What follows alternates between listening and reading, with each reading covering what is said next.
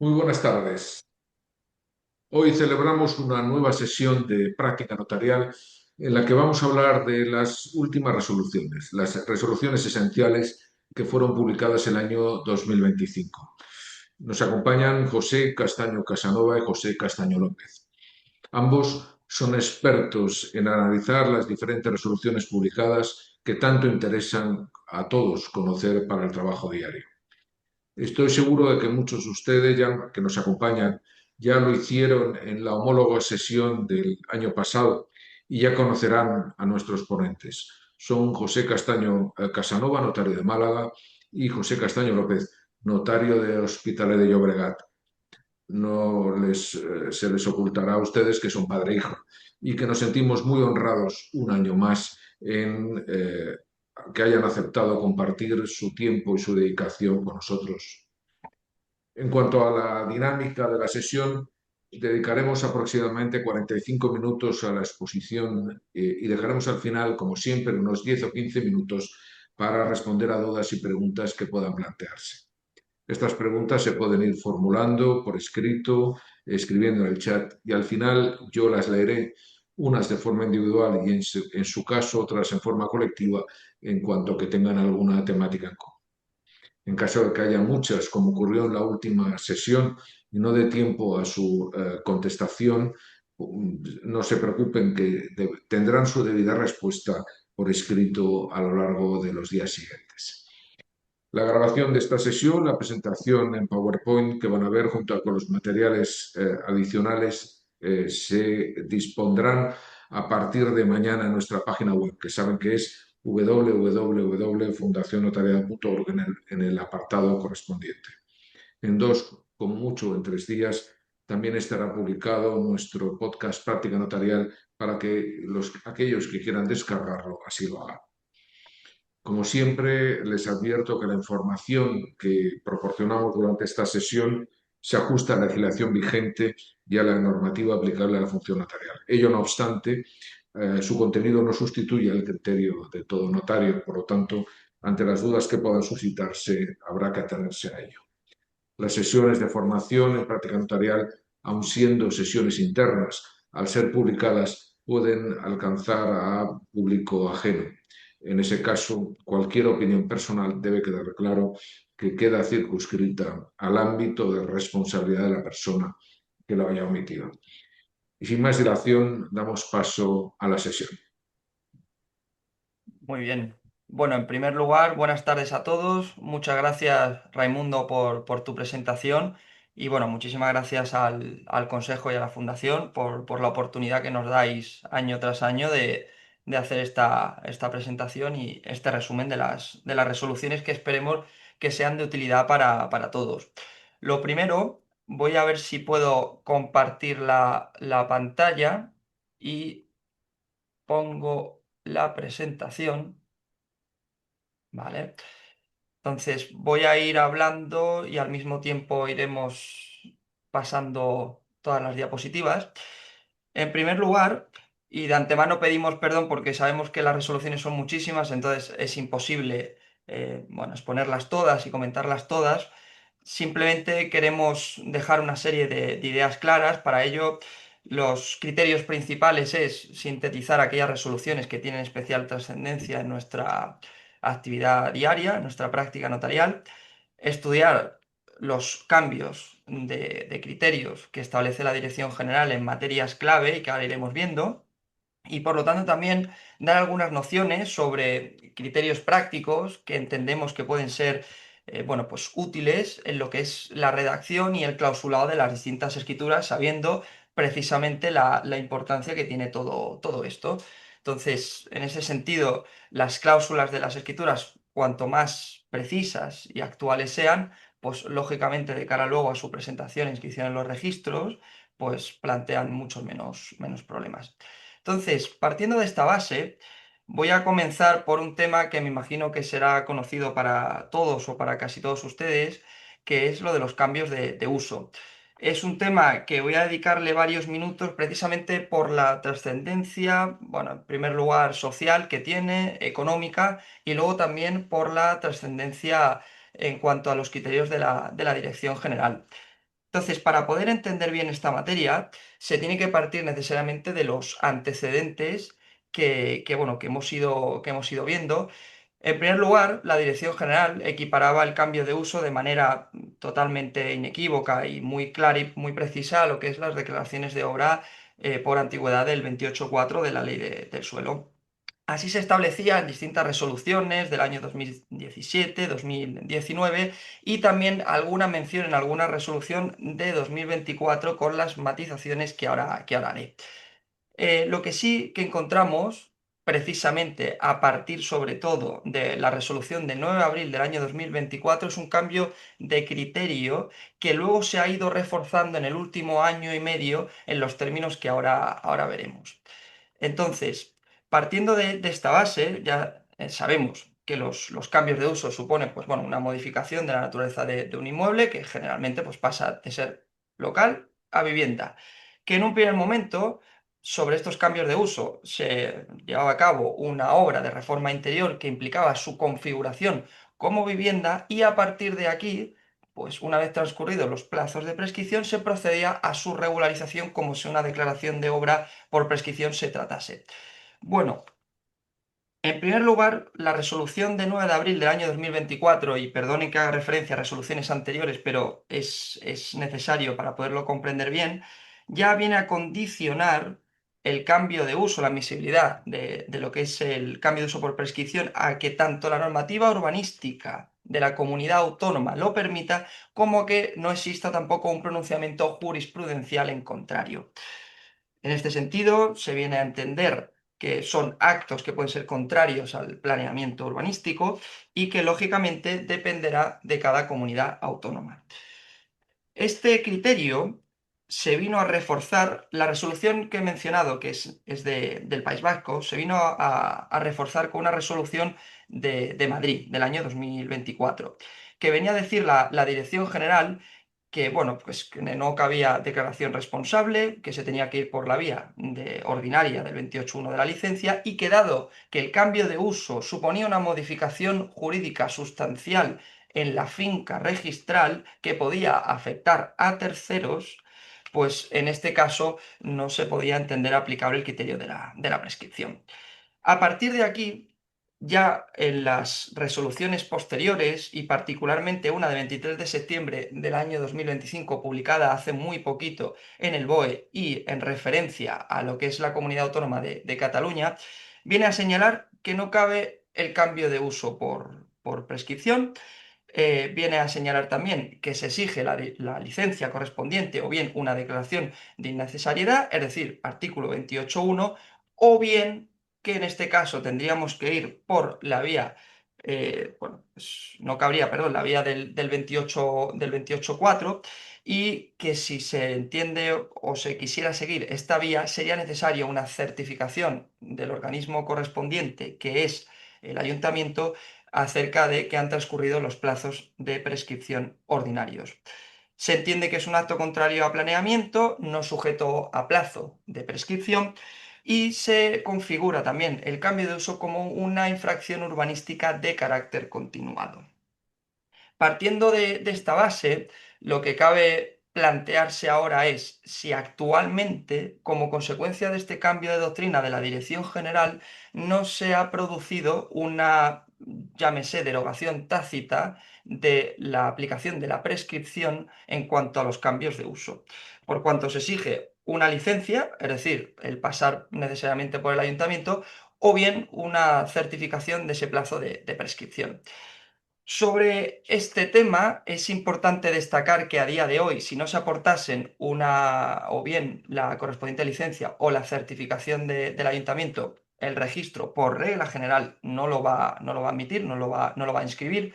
Sí que en determinadas ocasiones, por si puede servir como apunte práctico, a mí y previa coordinación con el registro de la propiedad, sí que nos han admitido una certificación de la gerencia de catastro, no la certificación catastral descriptiva y gráfica, sino una certificación de la gerencia de catastro conforme según los antecedentes catastrales, el inmueble es vivienda desde hace un plazo, desde hace bueno, muchos más años que el plazo necesario para la prescripción.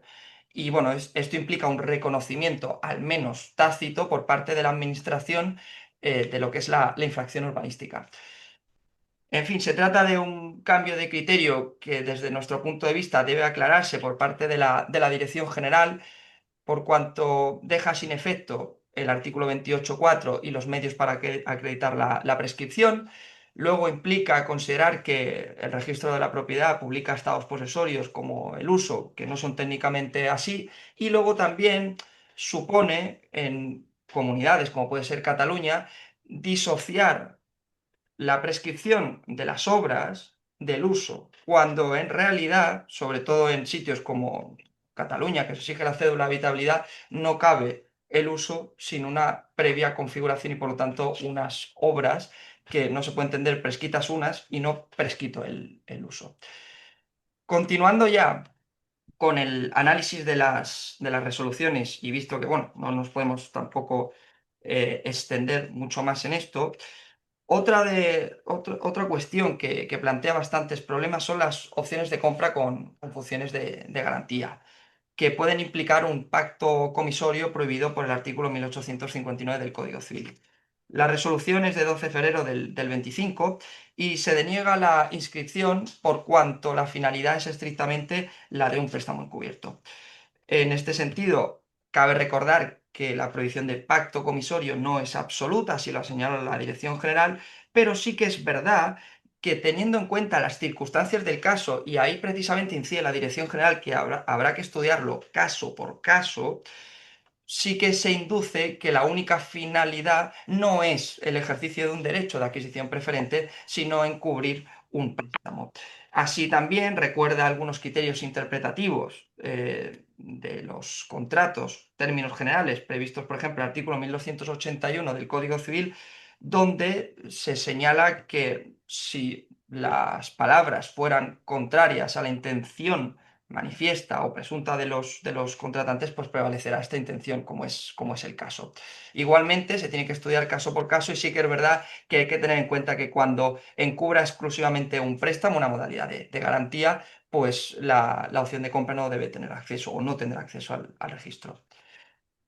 Por otro lado, esta resolución de 12 de marzo de 2025 resulta bastante curiosa, por cuanto la determinación del precio en base a un elemento externo o en base a un tercero está expresamente admitida en el artículo 1447 del Código Civil. Sin embargo, sí que llega este tema a la Dirección General cuando se señala que la determinación del precio será en referencia al precio de venta futuro de un determinado inmueble que no tiene nada que ver con la operación en cuestión. Es una resolución interesante y permítanme que lo hile con, por ejemplo, los cambios de uso. Si se compra un local y se determina que, o mejor dicho, se establece que el precio será determinable en función de la obtención o no de una licencia de cambio de uso, ¿por qué no iba a haber o por qué va a haber problema en cuanto a la admisibilidad de ese criterio de determinación? Así, la Dirección General viene a señalar que el límite, lógicamente, es que no lo sea por una de las partes contratantes por cuanto vulneraría el artículo 1256. Continuando con el análisis de los nuevos criterios de la Dirección General, esta resolución es de 20 de noviembre del año 2024. Sin embargo, se publicó a principios del año 2025. Es una resolución interesante, dado que el acta de notoriedad complementaria del artículo 205 de la ley hipotecaria es un documento que es comúnmente utilizado en las notarías para obtener la inmatriculación por el doble título del artículo 205 en aquellos casos en los que no se dispusiera de un segundo título traslativo. En este sentido, la resolución viene a establecer criterios de competencia, aplicando los mismos criterios, es decir, lugar donde esté radicado la finca, o bien distrito colindante, 201-203 de la ley hipotecaria, cuando anteriormente pues, no establecía ningún criterio y así precisamente lo señalaba el notario que recurrió en la resolución. Ahí he señalado que viene a cambiar criterios anteriores establecidos en resoluciones de abril del año 2013 y julio del año 2015. Es importante tenerlo en cuenta porque si se autoriza ese tipo de documentos y realmente pues, la finca está en otra comunidad autónoma, pues el registro de la propiedad puede alegar, y con razón, la falta de competencia. Aunque se trata de un criterio que también puede, digamos, resultar difícil de comprender por cuanto digamos, estos expedientes, no es lo mismo un expediente con todas las garantías y notificaciones del artículo 201, que es, bueno, digamos, están sujetos a competencia y además exige pues esas notificaciones personales, que un procedimiento simplificado del artículo 205, que además tiene pues la suspensión de los efectos de la fe pública. Continuando con otra resolución, esto es un tema recurrente que además se ha mencionado si no mal recuerdo, se mencionó al menos brevemente en la conferencia del año pasado, usufructos sucesivos y gananciales, y luego la liquidación de gananciales. La resolución es de 8 de julio de 2025. Por resumir, hay que tener en cuenta cuando un usufructo es conjunto y cuando, además de ser conjunto, es sucesivo. Conjunto es adquirido por ambos cónyuges con carácter ganancial, lo cual implica la aplicación de las reglas del artículo 521 del Código Civil, es decir, el usufructo constituido en provecho de varias personas subsistirá hasta el fallecimiento de la última de ellas, criterio que se establece aún con más claridad en un artículo del libro quinto del Código Civil de Cataluña, de manera que en estos casos, pues técnicamente se tendría que ingresar en la liquidación de la sociedad de gananciales, y usufructo sucesivo. Cuando el usufructo sucesivo, digamos que ese camino ya está marcado previamente por el título de constitución y por lo tanto no cabe ingresarlo como valor en esa liquidación de la sociedad de gananciales. Hay que tener en cuenta que digamos, este ingreso en la sociedad de gananciales, pues bueno, tiene lógicamente trascendencia desde el punto de vista tanto fiscal como también desde el punto de vista, pues bueno, de la adjudicación de dicho usufructo. Otra resolución importante es una relativa a la dación en pago derivada de un préstamo personal, que es la siguiente y es de 7 de octubre de 2025. Esta resolución viene motivada por el hecho de que se otorga una escritura de dación en pago que tiene su base un documento de préstamo que había sido debidamente referenciado en la escritura de dación en pago. Sin embargo, aquí viene a señalar la Dirección General que el reconocimiento de deuda tiene carácter causal y valor declarativo o reconocitivo. Sin embargo, no produce lógicamente ningún efecto extintivo.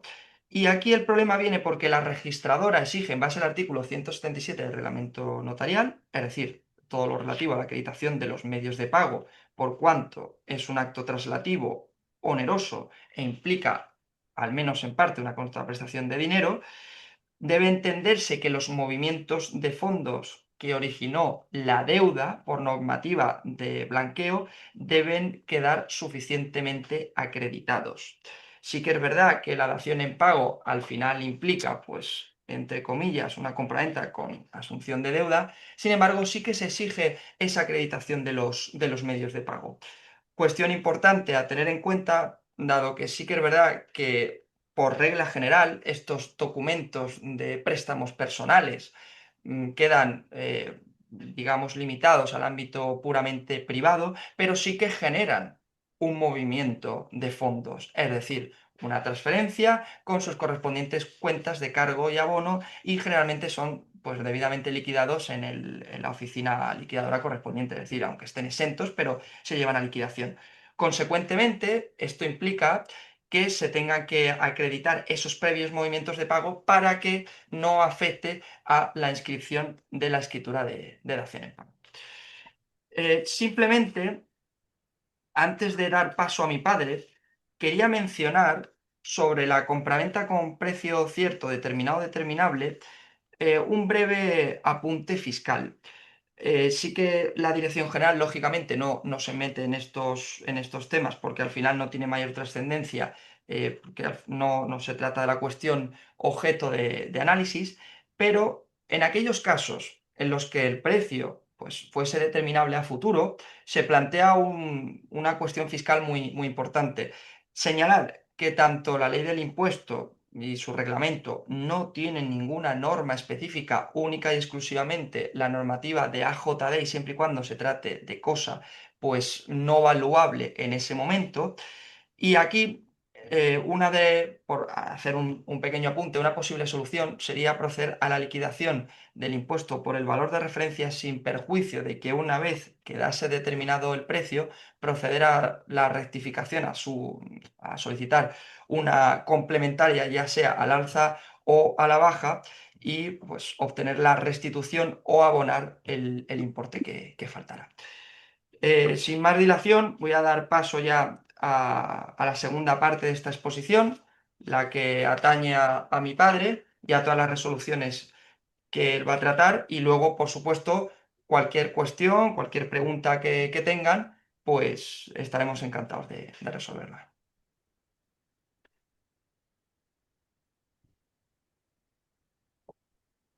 Sí, hola, ¿qué tal? Buenas tardes a todos. Reiterar las gracias y el agradecimiento, en primer lugar, por la presentación que ha hecho nuestro compañero Raimundo y, en segundo lugar, por la oportunidad de, bueno, pues poner en este foro de la Fundación del Notariado, pues lo que vamos recopilando fruto de los documentos que autorizamos en nuestro despacho y también pues fruto del trabajo y del esfuerzo y la investigación que vamos realizando diariamente. Todo ello en beneficio de, bueno, pues la mayor seguridad jurídica posible de los instrumentos que autoricemos y también en beneficio, como no, de los clientes que, bueno, pues el agradecimiento a que nos eligen y confían en nuestro cuerpo. Eh, yo he clasificado las resoluciones, aparte de las que ha reseñado mi hijo, las he clasificado en algunas, que hay varias, fundamentalmente por materias, que parte de ellas da la circunstancia que se reitera, pues en algunas resoluciones que ya las vimos el año pasado, bueno, concretamente en enero, cuando se hizo la sesión correspondiente. La primera institución en la que vamos a tratar de la exposición es referida a la desheredación.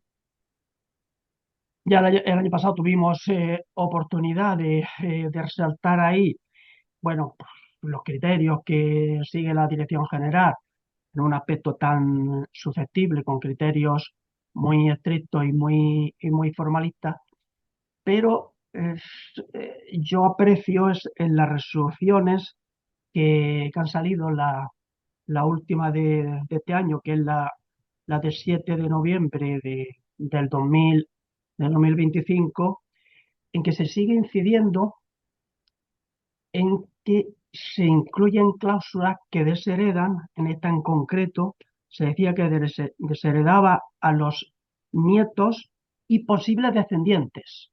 Es decir, que yo entiendo, creo que el control notarial después de las últimas resoluciones que ya han establecido el criterio estricto de la inimputabilidad para desheredados que tengan una edad inferior a los 14 años, pasa ya todos los criterios, los razonamientos, pero que eso está aceptado, pues ahí tendríamos que hacer nosotros una labor de asesorar y de no incluir, aunque muchas veces pues los clientes vienen pues con enfados, con situaciones a veces muy incómodas, pero bueno, yo creo que ahí a veces la labor de investigación, de asesoramiento y de intentar también ayudar, porque bueno, personas que han sufrido y a veces ataques, pero ya ahí sabemos también los criterios que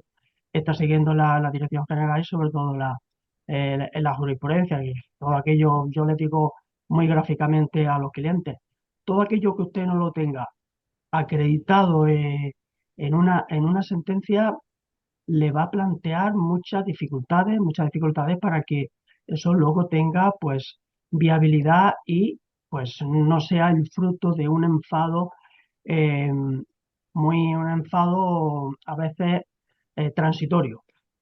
Comenté el año pasado la anécdota real de que vino un señor a desheredar a su hijo porque llevaba 3 meses sin comunicarse con él, no respondía a la llamada, no quería, bajo su opinión, saber absolutamente nada.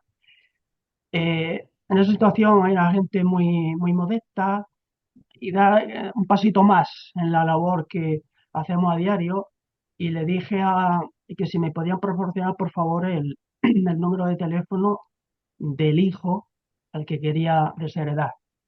Me trasladé a otro despacho, llamé al hijo, me lo cogió afortunadamente, le comenté un poquito la situación, quién era, el objeto de la llamada, y me dijo gráficamente el hijo: señor notario, no le cojo a mi padre ni a el resto de mi familia el teléfono porque tengo un cáncer terminal y no quiero darle esa mala noticia y esa sensación de sufrimiento, sobre todo a mi padre, que sé que está enfermo.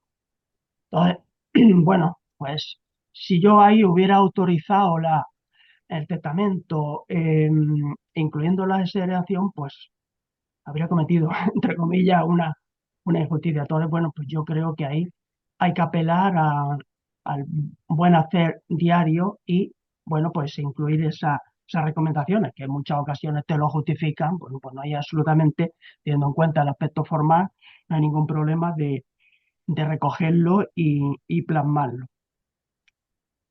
Eh, la Dirección General en esta resolución que estamos comentando vuelve a reiterar que la edad son los 14 años, edad que debe ser apreciada y tenida en cuenta en el momento en que se otorga el testamento, porque luego, bueno, pues a posteriori puede fallecer cuando ya la persona desheredada sea mayor de edad.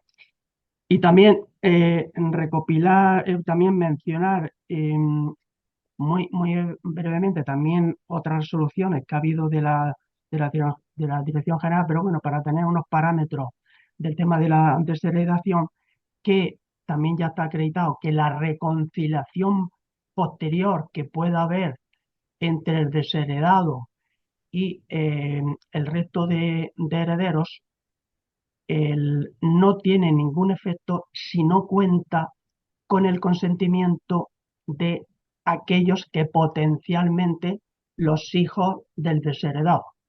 Así que eso también lo ha reiterado la comparecencia para que no nos encontráramos con que se le ha privado potencialmente de su, ¿no? Aunque puedan estar formalmente de acuerdo, pero bueno, los criterios jurídicos son los jurídicos y la salvaguarda de los derechos, sobre todo teniendo en cuenta que el testamento es la ley fundamental de la sucesión, se deben de aplicar. Segundo aspecto, segunda figura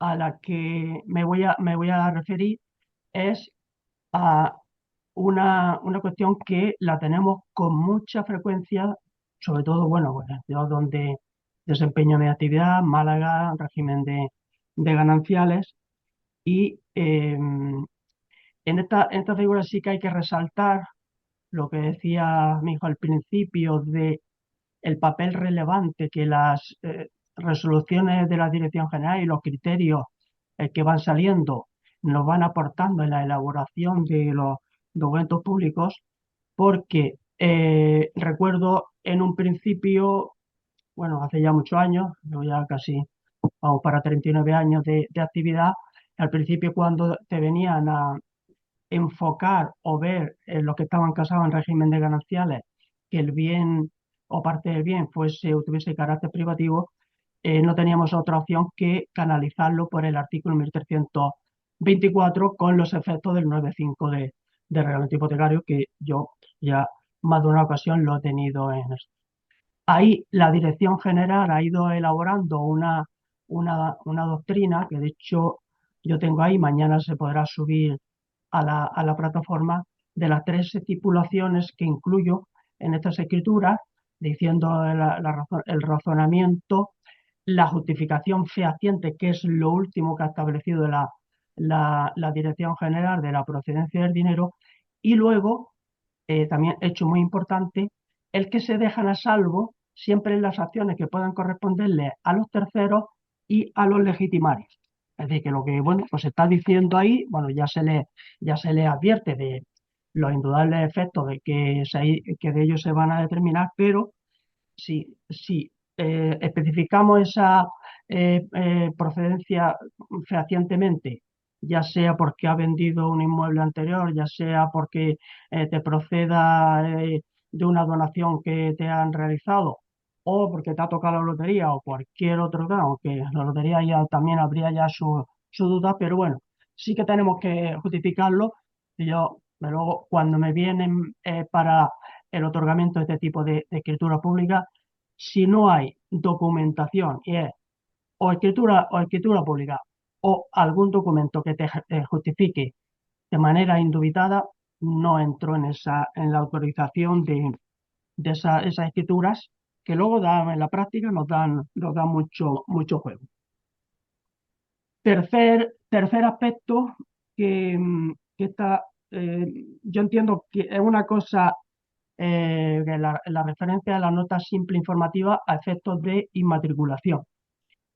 Eh, yo llevo utilizando esta nota simple informativa que, bueno, a nivel de ciudades, las inmatriculaciones, lógicamente, en el centro de la ciudad no lo hace, pero bueno, sí, a veces en términos donde la escrituración y el aspecto formal de la finca está mucho más reducido. Entonces, la gran ventaja que tiene esta nota simple informativa, que en esta resolución de 9 de septiembre del 2025, la Dirección General le ha dado carta de naturaleza porque, bueno, parece que por el registrador de turno no se le quiso dar relevancia a que se había solicitado y, bueno, no estaban muy por la labor. Entonces, bueno, pues sí que le da carta de naturaleza en el sentido de especificarle los artículos en virtud de los cuales se pueden solicitar y está obligado a proporcionarlo. Y aunque en la nota simple informativa ya pues, estamos hartos de ver, bueno, que es simple informativo y que no tal, pero bueno, sí que vincula, en este caso hace la Dirección General para atenerse y que luego la calificación sea acorde a la información que proporcionó, porque en base a esa información que nos ha dado con la nota simple informativa, nos va a permitir que o bien nos vayamos por la vía de la inmatriculación, vía 205, vía 203, o a lo mejor nos dicen, como suele ocurrir con mucha frecuencia, el que esto puede proceder de tal finca, con lo cual habría que irse por la vía del expediente de reanudación de tractos vía 208. Entonces, es muy relevante porque luego cuando otorgas una escritura con finalidad de inmatricular y luego te viene calificada de que esto es tal, pues bueno, es que el instrumento que has hecho pues va a tener muchas dificultades para poder adaptarlo si ello es posible. El, el el quinto punto es la extinción de condominio como título inmatriculador. En esta resolución, que es 4 de noviembre del 2025, yo creo que al menos yo a este tema le hago también un seguimiento muy detenido. Yo creo que la Dirección General ha querido mojarse algo más en el sentido de que la extinción de condominio, que era el caso concreto de una aceptación de herencia que se hace de manera simultánea y luego la extinción de condominio, pero la adquisición era de 10, 15 años hacia atrás. El registrador de turno califica que es un título para inmatricular y dice, "Oiga, no, nos retrotraemos en la aceptación de herencia a la fecha del fallecimiento, durante 15 años nos está preparando la documentación". Entonces ahí hay una serie de, la, de razonamientos tanto doctrinales como jurisprudenciales, y yo creo que de una manera definitiva pues sienta que se debe de considerar como título inmatriculador a los efectos del artículo 205 con, bueno, pues con los efectos que ya sabemos de la suspensión de la fe pública y tal. El sexto aspecto hace referencia a un tema que últimamente, de las resoluciones que se publican por la Dirección General, aunque no nos afecta a nosotros de manera indirecta, que es la inscripción del Registro Único de Alquiler de corta duración, pero yo la menciono porque lo tuve a nivel de despacho, y de hecho, previamente, cuando salió el año pasado, en determinados registros empezaron a plantear que una vez que estuviera escrito, anotado en el registro el alquiler de corta duración, esto iba a obligar a que se tuviese que recabar y obtener la pertinente autorización del órgano administrativo correspondiente. Yo creo que esto se ha zanjado de manera definitivamente, sobre todo en la resolución que tengo yo aquí, 30 de julio del año pasado, que además creo que fue registro de la propiedad número 4 de aquí de Málaga, en donde no anotaba porque especificaba que la licencia estaba concedida a otra persona, y la Dirección General sí que fue clara en el sentido de la naturaleza real.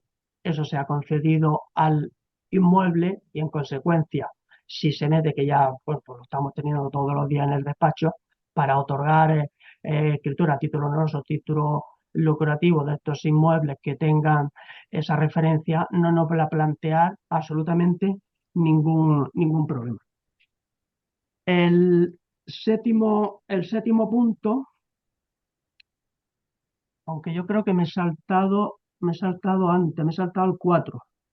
Me he saltado el 4, que es referido la venta, a la venta de participaciones indivisas de finca rústica.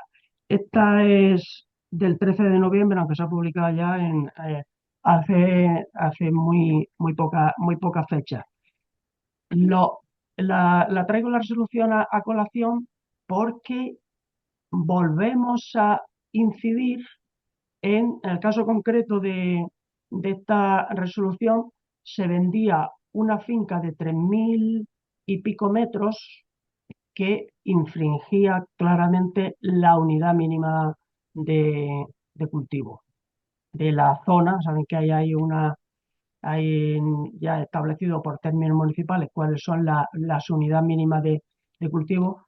Yo, a nivel de despacho, cuando me plantean la transmisión de finca o participaciones indivisas, indudablemente que no se autorizan, salvo que sea alguno de los supuestos en los que la ley establece excepción.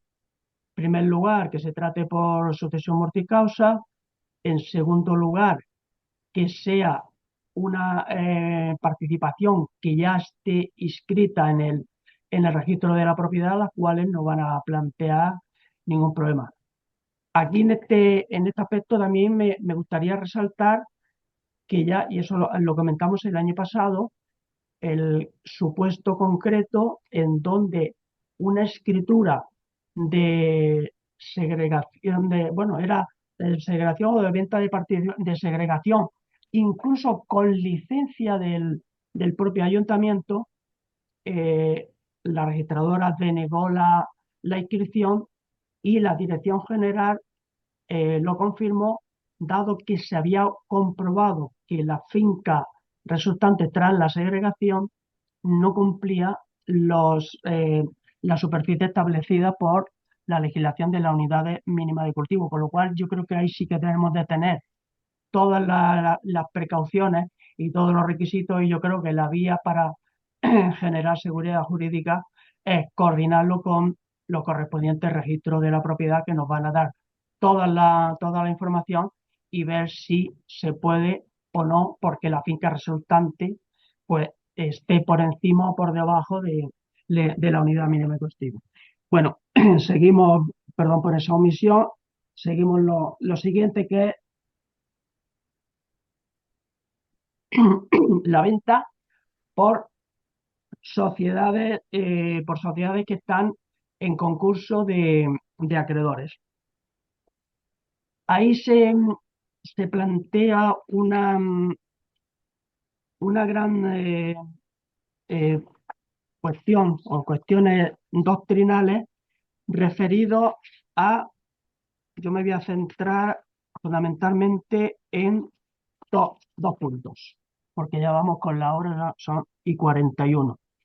Primero, cuando se vende inmueble que está de la sociedad en concurso, aparte ya de toda la documentación que, digamos, si se ha hecho por venta directa o se ha hecho por intervención de sociedad especializada, en cumplimiento de las normas de liquidación aprobadas normalmente judicialmente, ahí nos tenemos que plantear una cuestión. Primero, que la cancelación de esa hipoteca que recae sobre el inmueble, en ningún caso, era un poco lo que ocurría aquí en la resolución de 2 de septiembre de 2025, se pretendía cancelar sin el consentimiento de los acreedores, que ahí tienen privilegio especial y, bueno, pues eso se lo impide. Y ese consentimiento,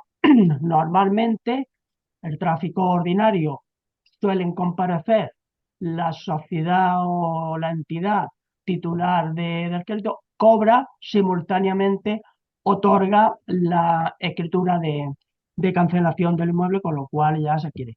Pero la ley del texto refundido, de la ley concursal, plantea dos supuestos en donde se puede dar que esa carga crédito especial subsista, y con una serie de condicionantes. Primero, que el acreedor hipotecario haya dado el consentimiento a esa, y segunda circunstancia, que automáticamente ese crédito queda excluido de la masa pasiva del inmueble. Y hay un segundo supuesto que también lo contempla la ley concursal en el artículo 212 y 214, que aquellos inmuebles que están hipotecados, que están incluidos dentro de una unidad productiva, y también, claro, lógicamente eso se trata de favorecer, no desmantelar, pero igualmente debe también el acreedor hipotecario dar el consentimiento, bien porque haya intervenido en el procedimiento o bien porque comparezca en el momento que se fuese a otorgar la correspondiente escritura de compraventa. Y el último punto va referido a las adjudicaciones de herencia, en donde se da la intervención de personas con discapacidad. Aquí, para resumir, vamos a contemplar dos supuestos. Uno, en donde interviene el curador, y, en segundo lugar, cuando hay un guardador de hecho. En el primer punto, cuando está el curador, es información que nos la tienen que aportar para saber si es o no representativo el curador, porque eso nos va a determinar si se tiene que luego, una vez que se otorgase la escritura de adjudicación de herencia, ir o no a la pertinente autorización posterior judicial por la vía del 289. Y, en segundo lugar, el guardador de hecho, que también ya la Dirección General está ahí barajando de si es o no representativo, En este caso concreto, que fue con la intervención de nuestro compañero de Madrid, en donde la Dirección General alaba la actitud que tiene el notario porque refleja en la escritura que le apoya su asesoramiento institucional. Ahí había un matiz, y es que la ley sucesoria era la ley catalana, la ley que se aplica al discapaz era el derecho común. Entonces surge una urgencia, la escritura estaba hecha correctamente, lo único que si se hubiese aplicado la ley sucesoria, la ley catalana, no hubiera necesitado de hacer ninguna rectificación de la escritura, porque ahí se permite que se acepte directamente sin beneficio de inventario, sin necesidad de tener ningún complemento de capacidad. Pues muchas gracias y doy por finalizada mi exposición.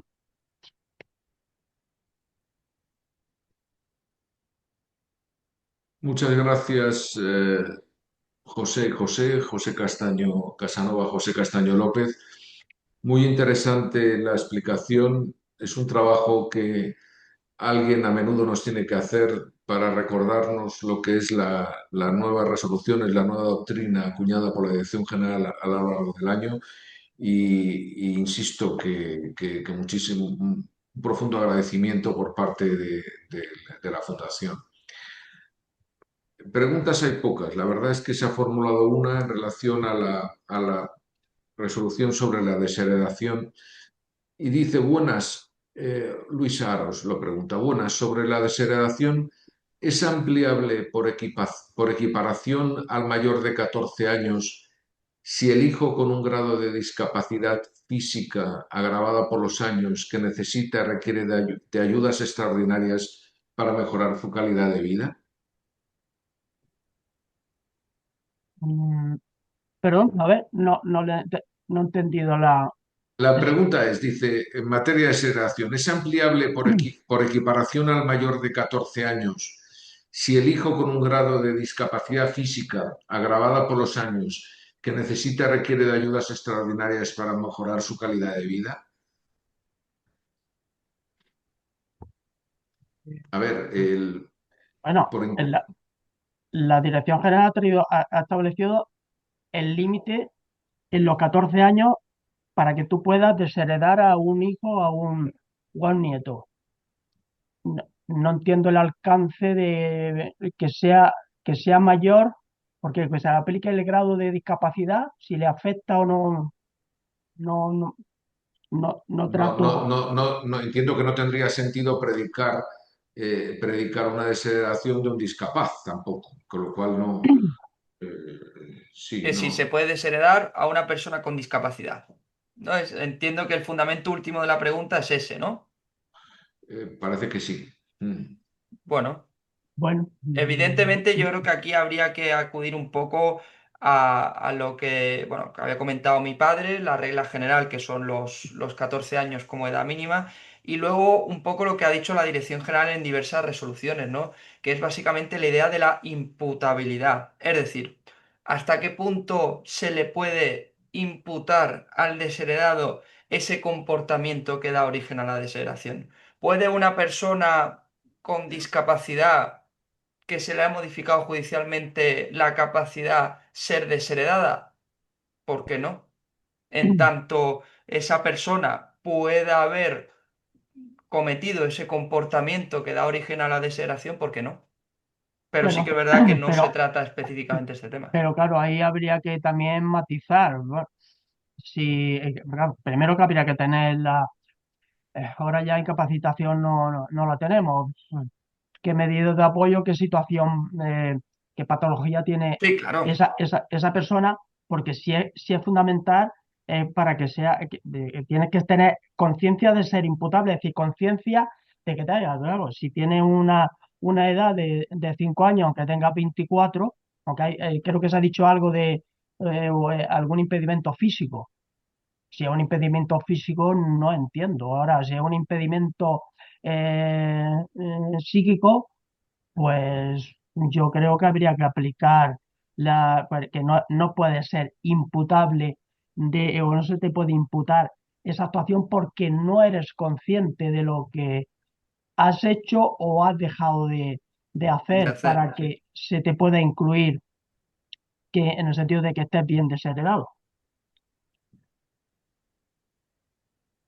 Correcto.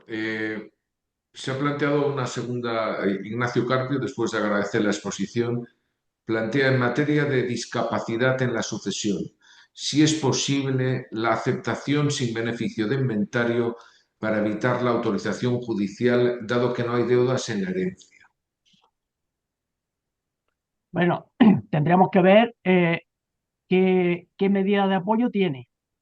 Eso es fundamental porque ya hemos visto la resolución esta que he comentado, que he comentado yo del, del incluso el guardador de hecho, lo que pasa es que ahí le dice bueno, pues todas las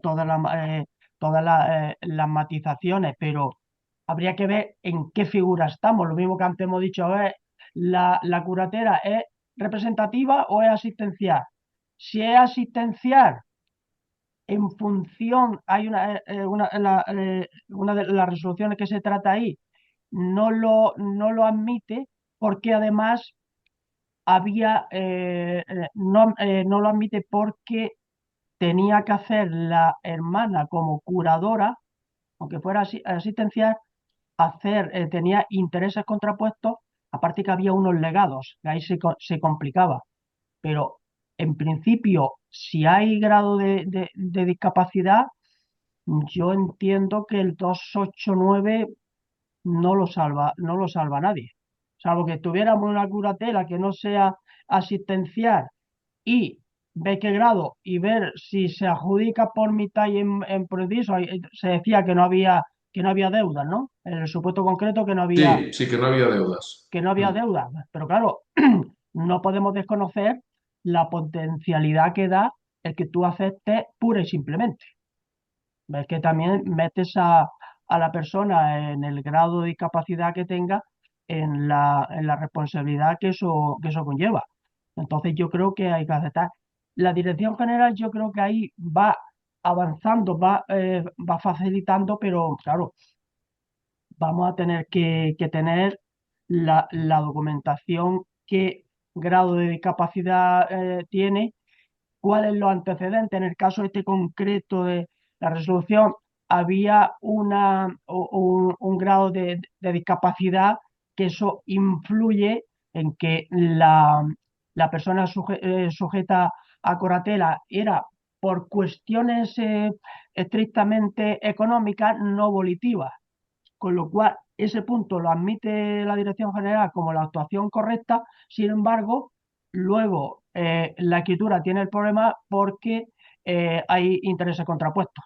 Intereses contrapuestos porque había unas valoraciones, había unos errores, una finca que se había especificado en el testamento, luego era otro término municipal.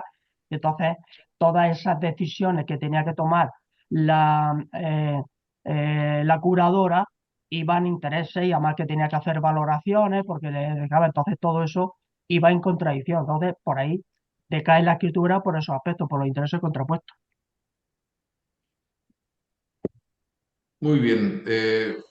Se plantea, dice, se ha mostrado brevemente una diapositiva sobre una resolución relativa a la constitución de una subcomunidad. ¿Se Así. podría comentar más extensamente? Bueno, esa, Sí, esa, la de esa, los trasteros, papá, sí. sí, bueno, esa la tengo yo resumida, sí, bueno, me la sé el supuesto práctico. Propietario de un local comercial debe ser relativamente grande, en donde hace una subdivisión horizontal creando 58, si no me falla la memoria, 58 plazas de aparcamiento, 6 estudios y 3 trasteros.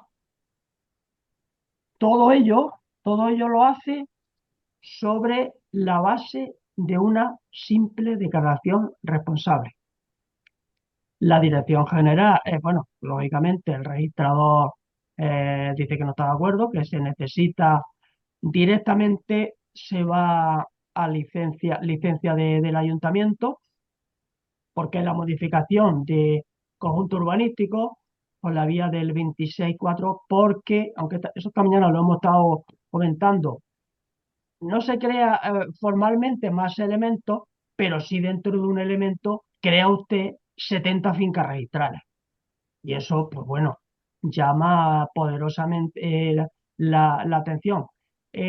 Hay subida, y yo creo que hizo un extracto ayer de los criterios que supuso un Real Decreto Ley que hay del 2023, cambiando la literalidad del 10.3 de la Ley de Propiedad Horizontal, que antes se decía que se requerirá en todo caso, y ahora se dice que se exigirá la autorización. Pero bueno, ese cambio, y luego también que antes se exigían tres cuartas partes para hacer esas modificaciones, y ahora que se ha pasado a la mayoría simple. Pero esa reducción no implica que tú directamente vayas. Y luego, importante también, en este caso concreto, que era en Andalucía, que aquí se permite la declaración responsable, hace un estudio detallado de que la declaración responsable no suple, no suple en ningún caso, porque están tasados los supuestos en los cuales se puede utilizar la declaración responsable. Y la Dirección General llega al convencimiento de que la declaración responsable no puede suplir en ningún caso la autorización de licencia que usted tiene que hacer ahí. El argumento por el 26 de la Ley del Suelo, usted crea más elementos, aunque no sea formalmente, pero bueno, sí real, de los que tenía. No obstante, hay un resumen más amplio de un par de folios detallando específicamente que eso se puede subir, porque yo creo que es muy ilustrativo de los nuevos criterios que ha sentado la Dirección General, interpretando ya la nueva redacción del 10.3 de la Ley de Propiedad Horizontal. Un asistente anónimo nos pregunta sobre la adquisición privativa de un bien. ¿Puede justificarse el origen privativo del dinero para la adquisición de una vivienda si el dinero proviene del trabajo por cuenta ajena de uno de los esposos, ya sea su régimen el de gananciales o el régimen legal rumano o búlgaro? Yo entiendo que sí. De hecho, el otro día cuando estaba recopilando información, digo, bueno, es que esto es aplicable no solo en gananciales, sino también, bueno, pues ya sabemos que luego ya el Código Civil dice que cuando casado en régimen de separación de bienes, si no dice nada, por mitad imprudente. Es decir, para romper ese carácter 50-50, pues yo qué entiendo. Yo entiendo que sí. Yo el modelo que tengo, además que lo voy a subir, es que expresamente, aparte de que reitero que no hay derecho a reembolso, 1358, que es fruto de la libertad del 1255, 1355 del Código Civil, y y que se dejan a salvo expresamente las acciones de terceros y de legitimarios por si la manifestación no fuese en acorde. Yo no tendría mayores dificultades, aunque expresamente les vea. De hecho, bueno, las donaciones aquí en Andalucía, la mayor parte, el 80%, procede de nuestro ahorro familiar a lo largo de toda mi vida profesional.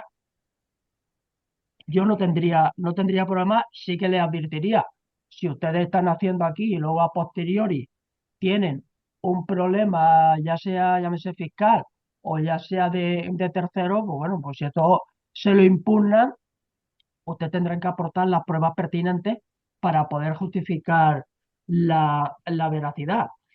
Lo que pasa es que cuando estás casado en gananciales, todo el ahorro, hombre, en separación de bienes es mucho más defendible, pero en gananciales a mí me cuesta. Sí, pero bueno, si se le pone esa advertencia de que ellos, bueno, pues responden de una hipotética o posible futura impugnación, pues para adelante. Vamos a pregunta o manifiesta que no le ha quedado claro si en el caso de un curador representativo es precisa la aprobación judicial posterior del artículo 289 del Código Civil si no existen deudas ni intereses contrapuestos. Yo entiendo que sí, porque tenemos el curador asistencial es cuando la persona eh, necesita apoyo en determinadas facetas o aspectos de la vida. Curador representativo, usted en el tráfico jurídico civil está muy limitado. Entonces, aunque no haya deuda, yo creo que el 289, yo creo que da poquitas cosas claras que se pueden ir sentando, ahí van a exigir. Hombre, otra cosa ya es el registrador de turno que pueda calificar, pero yo creo que el 289 con representativo, porque ya estás induciendo, estás creando una apariencia de que esa persona necesita a alguien que le represente. Eso yo creo que la propia dicción literal, yo creo que lo implica. Hasta tanto no salga un criterio más clarificador, yo entiendo que sí. Vicente Cuervo plantea, respecto al cambio de uso, ¿sería posible realizar un cambio de uso por prescripción acompañando a la escritura el justificante de la presentación de la declaración responsable ante el ayuntamiento correspondiente? Bueno, en principio aquí habría que ver la normativa autonómica correspondiente. No es un tema que estrictamente trate la Dirección General en ninguna de las resoluciones que se han comentado, porque siempre habla de licencia. Sin embargo, eh, yo entiendo que al ser por prescripción, la declaración responsable se limitaría a los supuestos del artículo 28.1. Es decir, cuando se ha hecho la obra, se cumplen todos los requisitos de densidad, urbanísticos, y luego, evidentemente, será el ayuntamiento, el organismo correspondiente, el que compruebe si efectivamente se ha cumplido o no. Pero yo, por regla general, en prescripción entiendo que no, ¿eh? Entiendo que no, porque la prescripción, tal y como está configurada ahora mismo, solamente se reconoce, y así lo ha dicho la Dirección General, siempre y cuando se aporte una certificación de que se ha cumplido, o sea, ha transcurrido el plazo de la infracción urbanística. Y así expresamente lo reconozca el ayuntamiento. Documento que, por otro lado, por regla general, no se va a dar, y yo solo lo he visto en un supuesto y realmente no era un documento donde el ayuntamiento reconocía que habían transcurrido los plazos de prescripción, sino simplemente decía que en los archivos municipales, eh, los archivos históricos, constaba ese inmueble como vivienda y no como local. Supongo que sería un error o un cambio de última hora del promotor a la hora de hacer la obra nueva en la división horizontal. Pero la declaración responsable en el ámbito de la prescripción, tal y como, bueno, pues sienta los criterios de la Dirección General, no debería admitirse. Yo comparto ese criterio.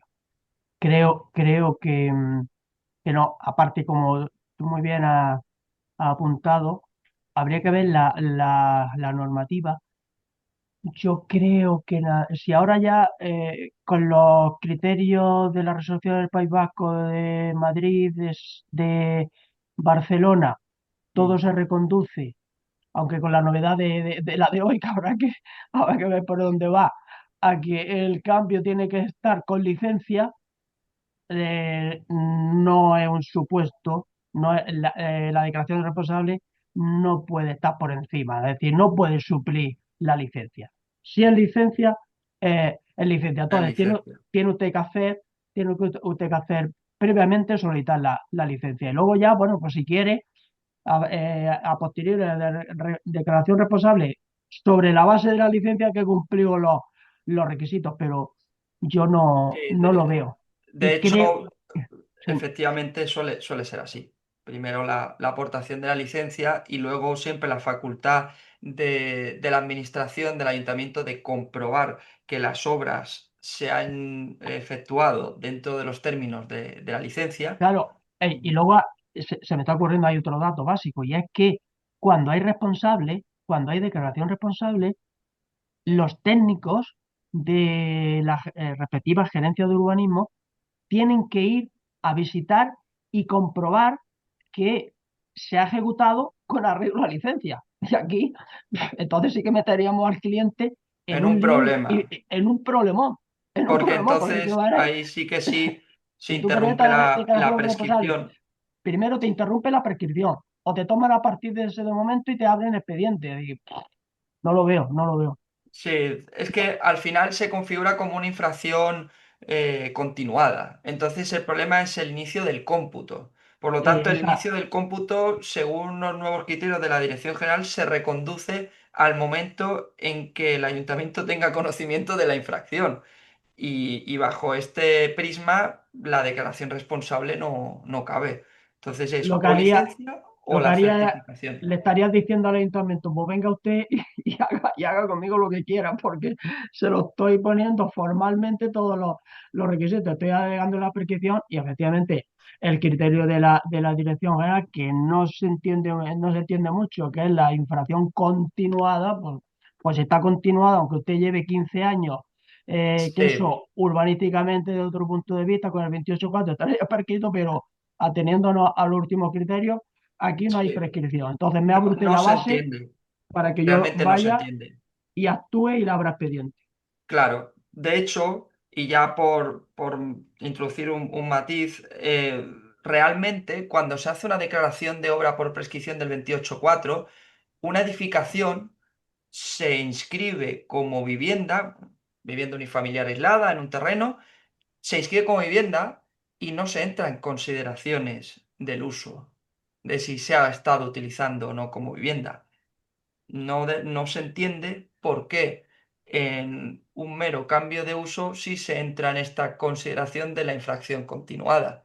Si yo hago una declaración o ampliación de obra por prescripción de una vivienda, a mí nadie me dice si esto es una infracción continuada y si la he estado utilizando o no como vivienda. Sin embargo, si se modifica el cambio de uso de un local a vivienda en un piso en división horizontal, ahí sí. Entonces, claro, este cambio de criterio no se entiende, luego se disocia la edificación o las construcciones o las obras de reforma interior y la Dirección General en alguna resolución dice que se faculta al interesado para conservar las obras realizadas, pero que sin embargo no puede adquirir por prescripción el uso, cosa que tampoco se entiende dado que el uso viene determinado por la propia configuración interna. Pero bueno, volviendo al tema, entendemos que no, que la declaración responsable supondría un riesgo para el cliente, que implicaría la posibilidad de que se interrumpa realmente la prescripción y que está reservada exclusivamente para los supuestos del 28.1, es decir, la licencia. Muy bien. Hacemos una última pregunta. Nos quedarán un par que serán, ya por exceso de tiempo, serán respondidas debidamente. Plantea lo siguiente un asistente anónimo. Volviendo a la desheredación. En el esquema ponía notificación al desheredado y requiere que se comente este aspecto. Ah, sí. Sí, bueno, eso se plantea, no era en esta resolución, yo creo que era en alguna anterior que yo la Sí, tengo por, creo que era del año pasado. sí, escritura, es necesaria notificación fehaciente al desheredado para poder inscribir la escritura aceptativa o adjudicación de herencia en el registro correspondiente. Bueno, yo creo que era ahí en ese supuesto específico. Yo entiendo que esa notificación, bueno, eh, contribuiría a la seguridad jurídica que debemos de aportar de ese instrumento público. Lo mismo A veces, bueno, pues si comparecen y dicen que no tienen nada que objetar a la desheredación. Si no lo tuviera, específicamente tampoco se exige de manera concreta y formal de que haya quedado, porque bueno, el notario debemos de velar de que la desheredación está hecha correctamente.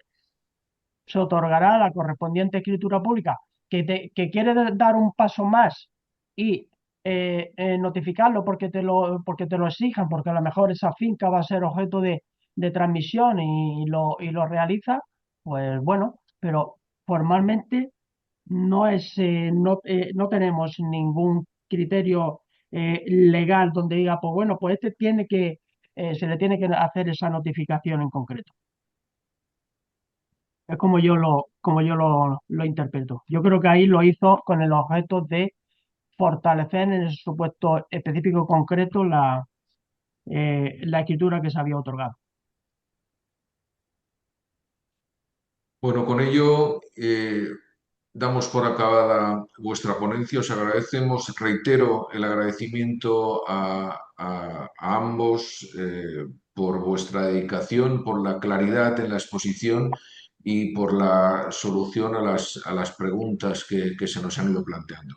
Muchísimas gracias. Seguimos contando con vosotros para futuros años y así se constata en la asistencia y el número de preguntas que se han formulado, lo cual revela el interés de quienes se han conectado. A todos les tengo que agradecer su asistencia. Hoy me permitirán hacer una referencia que tenemos una estadística del 2025.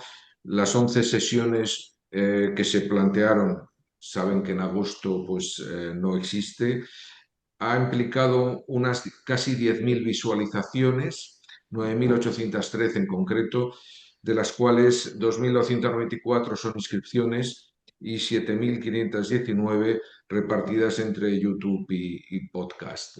Es un éxito, les agradezco muchísimo su conexión y esperamos que en futuras sesiones y en futuros años mejoremos aún así estas estadísticas.